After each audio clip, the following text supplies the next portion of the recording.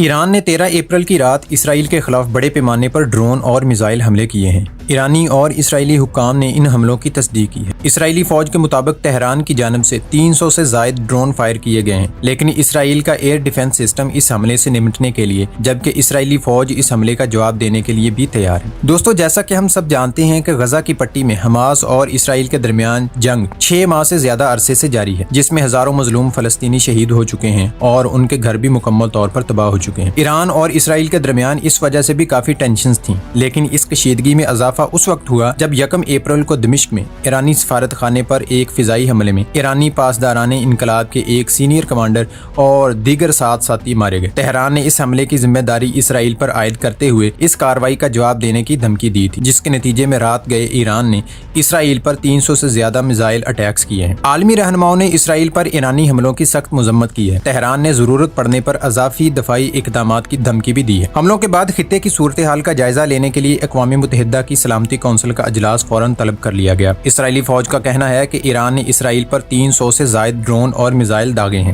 اسرائیلی فوج کے ترجمان ریئر ایڈمرل ڈینیل ہگاری نے ایک ٹیلی ویژن بیان میں کہا کہ زیادہ تر میزائلوں کو طویل فاصلے تک مار کرنے والے ایرو ایئر ڈیفنس سسٹم کے ذریعے روکا گیا۔ ترجمان کے مطابق زیادہ تر ڈرون اور میزائلوں کو اسرائیلی فضائی حدود سے باہر مار گرایا گیا۔ کچھ میزائل اسرائیل میں گرے، جس سے ایک لڑکی زخمی ہوئی اور ایک فوجی تنصیب کو معمولی سا نقصان پہنچا۔ اسرائیلی فوجی ترجمان ڈینیل ہگاری کے مطابق اسرائیل اور اس کے اتحادیوں نے ایران کی جانب داغے گئے 300 سے زائد ایرانی ڈرونز اور میزائلوں میں سے 99% کو فضا میں ہی تباہ کر دیا۔ فوجی ترجمان کا کہنا تھا کہ ان ڈرون اور میزائلوں کو گرانا ایک بہت اہم کامیابی کی نشاندہی کرتی ہے۔ انہوں نے مزید کہا کہ اسرائیلی مسلح افواج مکمل طور پر فعال ہیں اور فالو اپ آپشنز پر تبادلہ خیال کر رہی ہیں۔ انہوں نے کہا کہ ایران نے 170 ڈرونز، 30 سے زائد کروز میزائل اور 120 سے زائد بیلسٹک میزائل داغے تھے۔ انہوں نے کہا کہ کئی بیلسٹک میزائل اسرائیلی علاقے میں داخل ہوئے، جس سے ایک فضائی اڈے کو معمولی نقصان پہنچا۔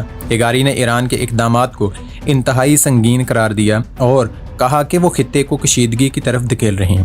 اسی دوران اسرائیلی فوج نے ایران کے ڈرون اور میزائل حملے کے بعد اپنے شہریوں سے کہا ہے کہ محفوظ مقامات پر منتقل ہو جائیں۔ اسرائیلی گورنمنٹ نے تمام اسکول، کالجز اور دفاتر بند کرنے کے ساتھ ساتھ بڑے اجتماعات پر بھی پابندی عائد کر دی ہے۔ ناظرین، آپ ایران اور اسرائیل میں سے کس کو سپورٹ کرتے ہیں؟ اپنے کمنٹس میں ضرور بتائیے گا۔ ملتے ہیں اگلی شاندار ویڈیو میں۔